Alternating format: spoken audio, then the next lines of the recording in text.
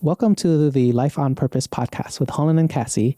And today's topic is Marie Kondo's The Life-Changing Magic of Tidying Up, or the KonMari method. You know, just earlier, as we were doing this, and I had to redo, I had a Mandela effect.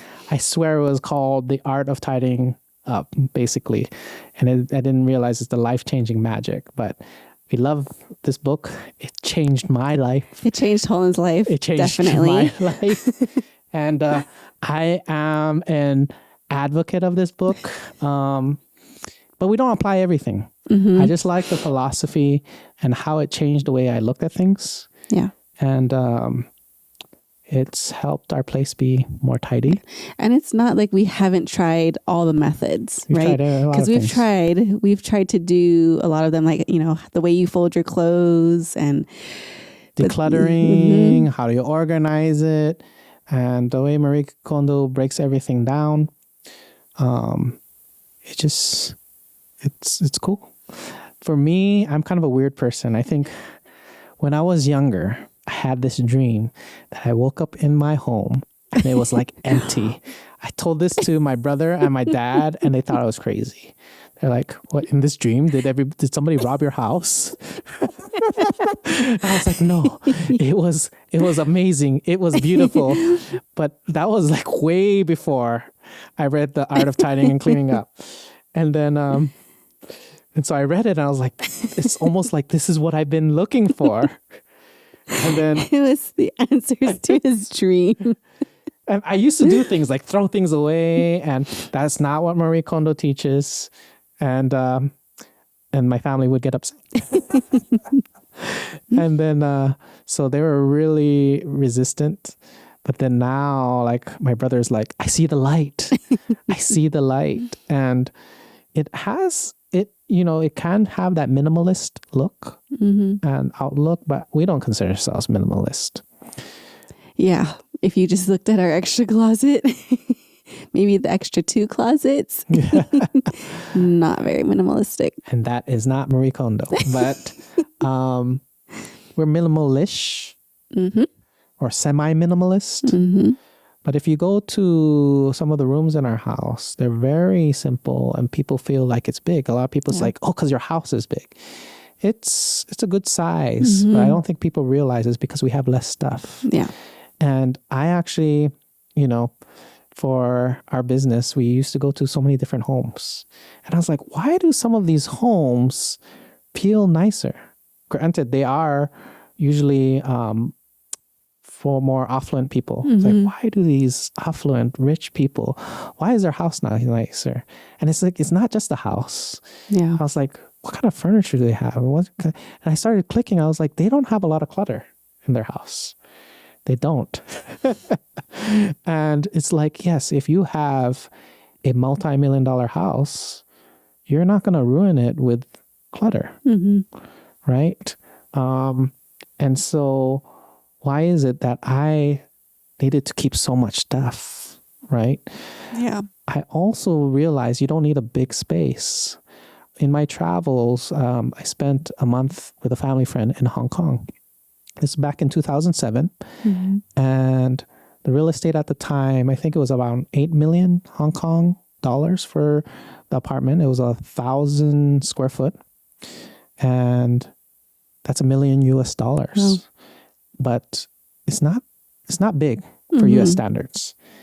But when I went to the place, obviously this is $1 million home. They're going to have nice things in it. It's like, why does this place seem so nice? You know, and it's just really based on how you design it. Yeah. And so you don't need a big home to practice, you know, Marie Kondo. These are just some things about it. And a lot of people, they know Marie Kondo from the memes. Yeah. Yeah. This does not spark joy. This sparks joy. And when you read the book, I swear one of the testimonies is like, yeah, I got rid of my husband. I was like, whoa, is this what this book is about? Because the husband didn't spark joy. And some people kind of mock that, right? Or they know Marie Kondo for she's a person that like you fold the clothes a certain way, right? But really, what is Marie Kondo? Well, It's, to me, it's just making sure that what you really love is taken care of and also, I guess, enjoyed. Yes. So whatever you have, I guess the bottom line is whatever you have, does that bring you joy? And do you feel good about being around that stuff and, looking at it? It sounds so simple. Yeah. Because when we explain it, like, well, that's so obvious, but it's not obvious. So I take it, for example, let's say every single thing on your wall makes you happy. Look at your wall now, at your home, at your office. Does every single thing make you happy? If not, subconsciously, it's probably irritating you. So you should take it down. If all you had was stuff that made you happy, or give it subconsciously, you'd feel good. Yeah. Right. So it's not minimalist. Let's take everything down. Be intentional, and that's why I think it resonates with us with life on purpose, intentional living. I think same thing as your closet. I know I've experienced this. I know you experienced this. You spend why is it taking so long to find something? Yeah. When I applied the principles of only have the clothes that you love. Now I go to my closet. It's like I can choose anything. Right. I don't have to sort. You put something on and then you put it there. After you do that, it's like the same. Why do I still have this shirt? Every time I put it on, I don't like it. Yeah. Have you experienced that? I have, and I'm still going through that. And I think it's just because, I don't know, I feel like, maybe every so often, I don't know if this is just like a woman thing, or I think guys can experience this too. But changing things out, having some rotation, not just, the day in, day out. But there is that one dress, that one shirt that you never wear. I had one that had a tag on it. So I know I never wore it for over a year. And I always put it on and I always put it back. I was like, this is not going to change. There's something about it that I don't like. And sometimes it's a gift. Yeah. That's the hardest thing, because somebody can gift. Yeah. Marie Kondo teaches you how to process that. You're not rejecting them. You can process it and say thank you. It also teach me more direct, where you just be straight up, Yeah. If you don't let people know, they won't know. I've experienced this with family, where I think I said something like, oh, I like this. It wasn't my favorite food, but they thought it was my favorite food. So they would always give it to me based on that one comment. And you just have to explain, otherwise they won't know. Right? Right. Same thing with clothes. And here's one thing. If you don't want it, your friends or family don't want it, which 9 times out of 10 is true.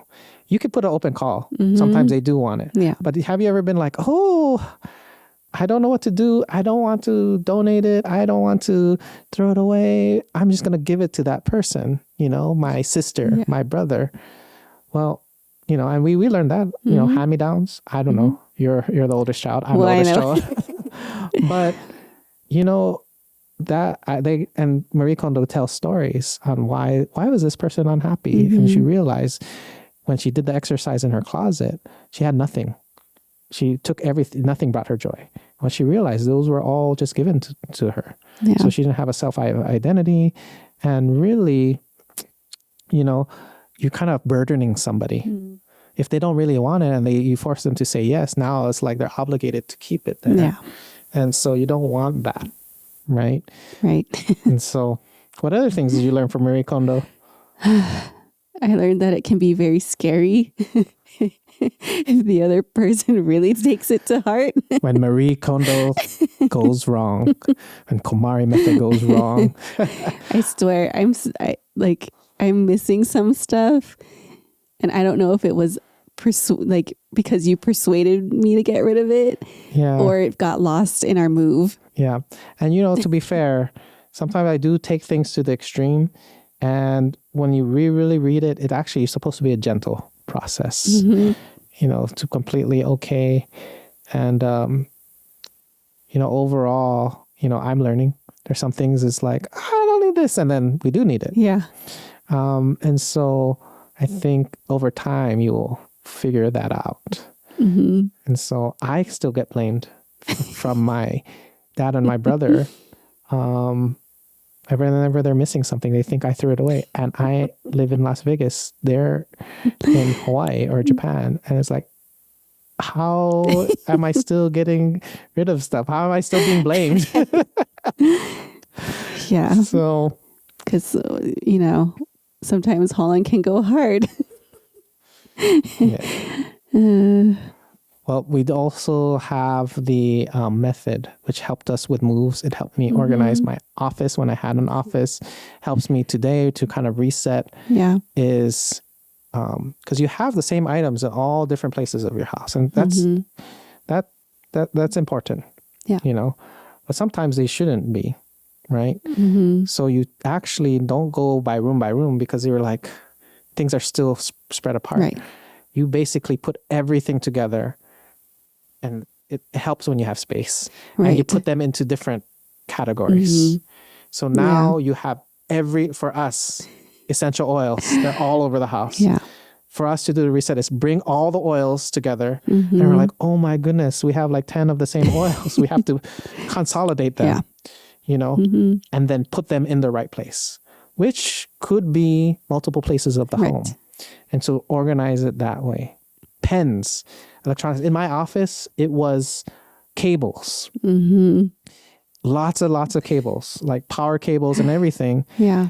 Then there's such thing as too much, because I'm like, you can never have too much. And when I put them all together, I was like, man, I could have like a whole cable store. Maybe I need half of these. I can get rid of half of these storage. When you look at storage, you look at it differently. Because really, some people are like, oh, I have space in my house. That's their garage, right? Or us, like an extra room. But it's like, when you look at on real estate, you're paying for that. You paid for that. There's a price per square footage that you're using, and to keep what? Not to enjoy, right? I always think about the garage. I love parking our vehicle in the garage. Yes. And especially in Las Vegas, because it's hot outside. Somebody can access your car from the outside. And I've seen some people park their expensive car, brand new car, sometimes like $70,000 car outside, not because they have another car in the garage, it's because they have things. Yeah. I was going to use another word, but things that aren't even worth as much as that car. And so really a different way of looking at it. Right. How about you? Yeah, I think it really does. It helps kind of reset. And I do like that method where you bring everything of the same kind together. Yes. Because then you know what you have. And I look at it this way because when we were cleaning out the office, when we were getting ready to close that out, it was like, why do we have like 5, different mouses, clicky things, and it's because it's like, oh, well, we couldn't find it. So we bought another one, and then we bought another one. And so then like you realize, 4 staplers. Yeah, staplers and, like Holan was saying, cords.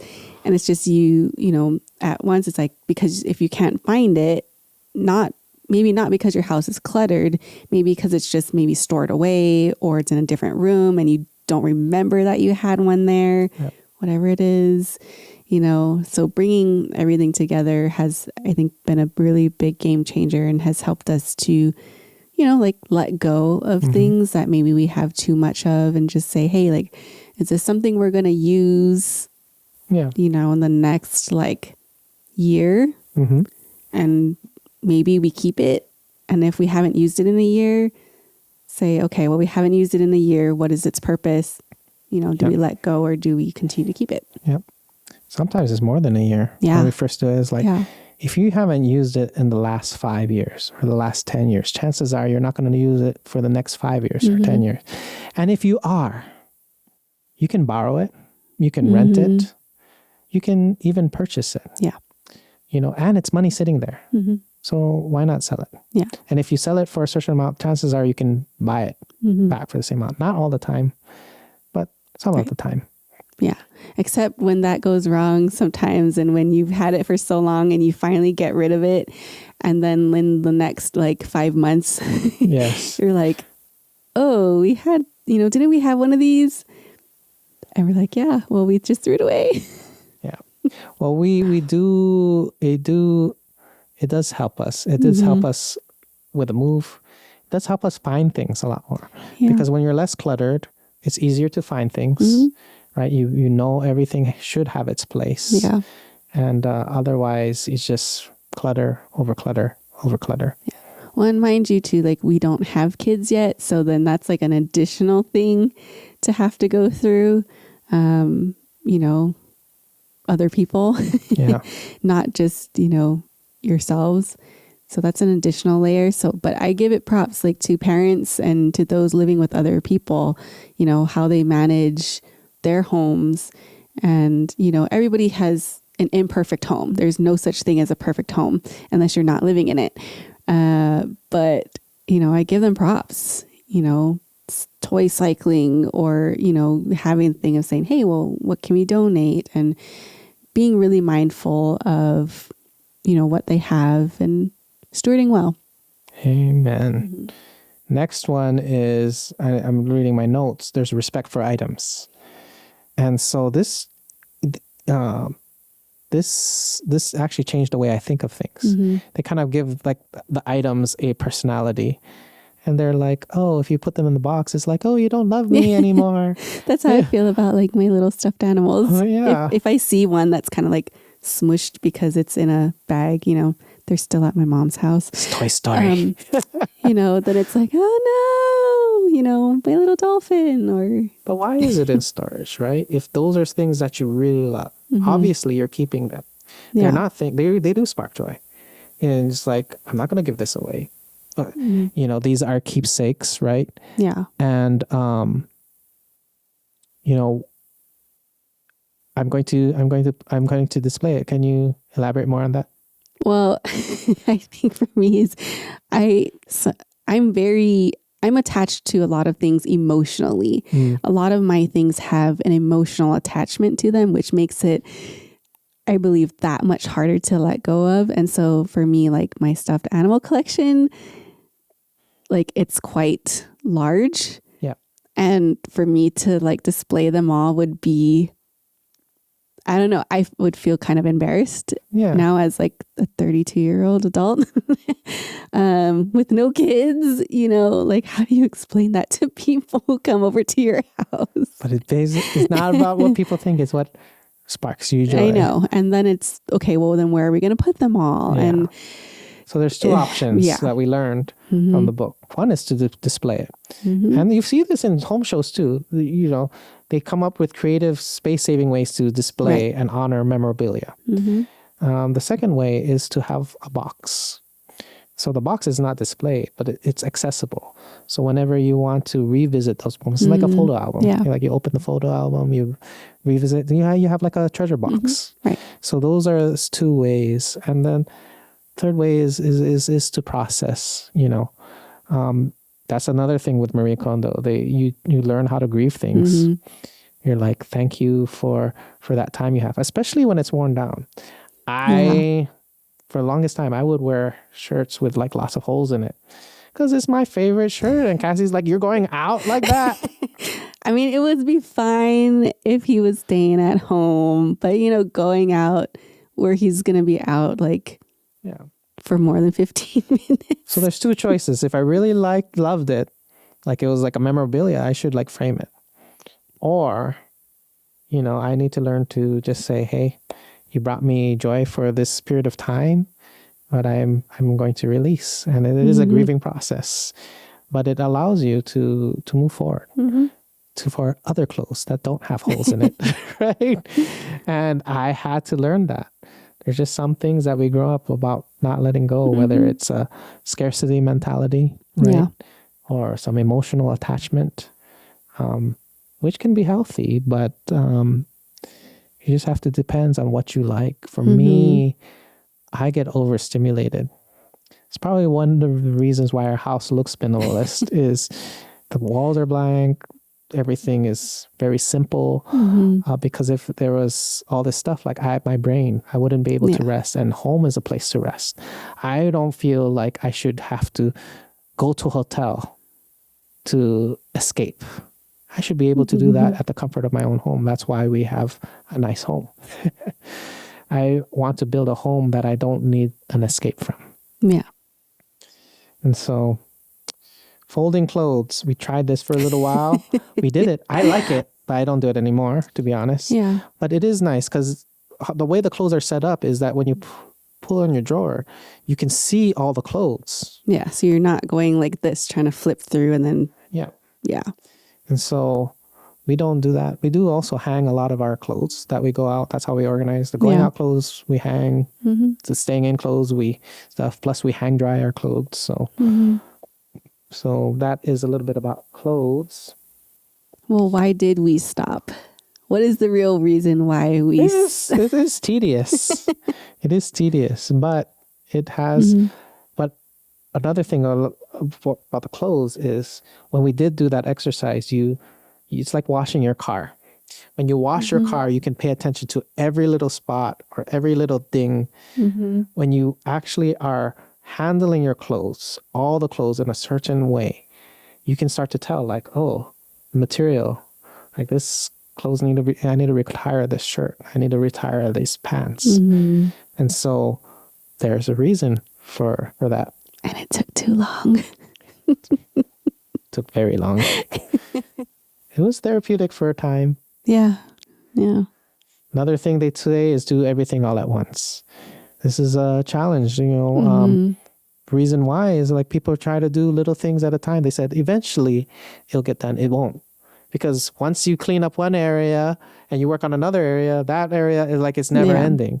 So Marie Kondo, and this is how we do things, which is sometimes exhausting, is like we just we're doing it right now with one of the rooms.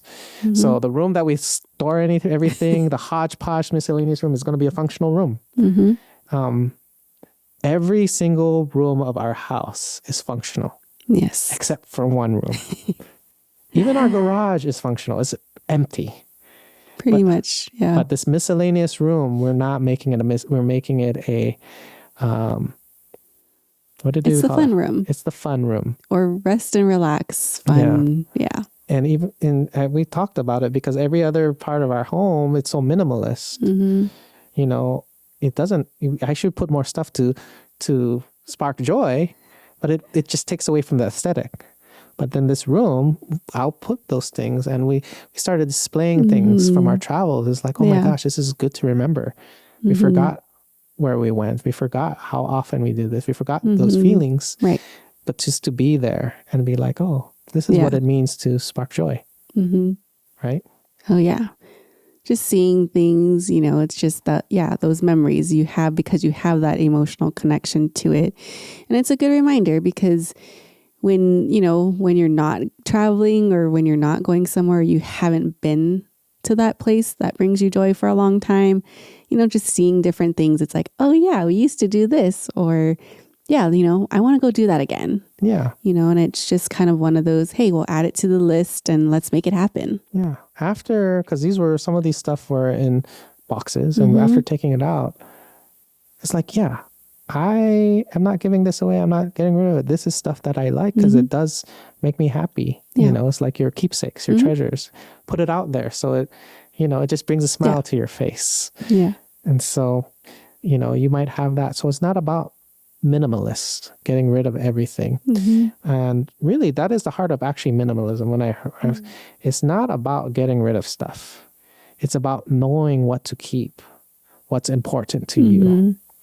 And so functionality is one, but there are some things that have no function. It's not a tool, right? Yeah. Some of these things, they're not for business. They're not going to help in the kitchen with food, but it has a purpose. Yeah. And so you don't have to be in an empty room where the sound echoes all over, right? Yeah. And so, but that's Marie Kondo. I would highly recommend it. We watched a Netflix show. I would highly recommend watching it if you are afraid of reading the book. And it just kind of shows like you see a big change. What amazes me about the show, because there's a lot of home improvement shows, but in these shows, they are not buying anything. Yeah. They're getting rid of stuff. They transform their home without spending any money. Yeah. And you can have a home transformation. When we did it, we transformed our home without spending money. Granted, there are some things that are like, okay, we got rid of something because it didn't bring us joy. Maybe we need to get a replacement furniture. Right. Like that chair didn't bring me joy. Like I need a new chair, Yeah. right? But overall, it's not something that you need to spend a lot of money on. Yeah. And it really is worth the time and effort put into it. So that's a little bit of our lifestyle with being semi-minimalist, minimalish. Yeah. And if you see, we go back and forth. Some days we have a clutter in our room or in our office, but other days it looks immaculate. And we love hosting, so we generally keep certain areas, common areas, try to keep it as clear as much as possible. Yeah. And not having a lot of things has helped that. Because when you have things and you don't get rid of it, you're just basically moving it from one area to another. When you get rid of it altogether, then it's gone. Yeah. So, life and tidying and cleaning, 5 out of 5. How about you? Yeah, I think it's definitely helped. I can't say I'm like 100% there, but there's good concepts. Good concepts. Yeah. Good concepts. You don't have to apply everything. Yeah. We don't. But take some few good things. You find what works for you, and if you try it and you don't like it, like folding the clothes, then it's not something you have to do because you want a certain look or style. You just got to do what's best for you and preserve your mental sanity. Amen. This sparks me joy.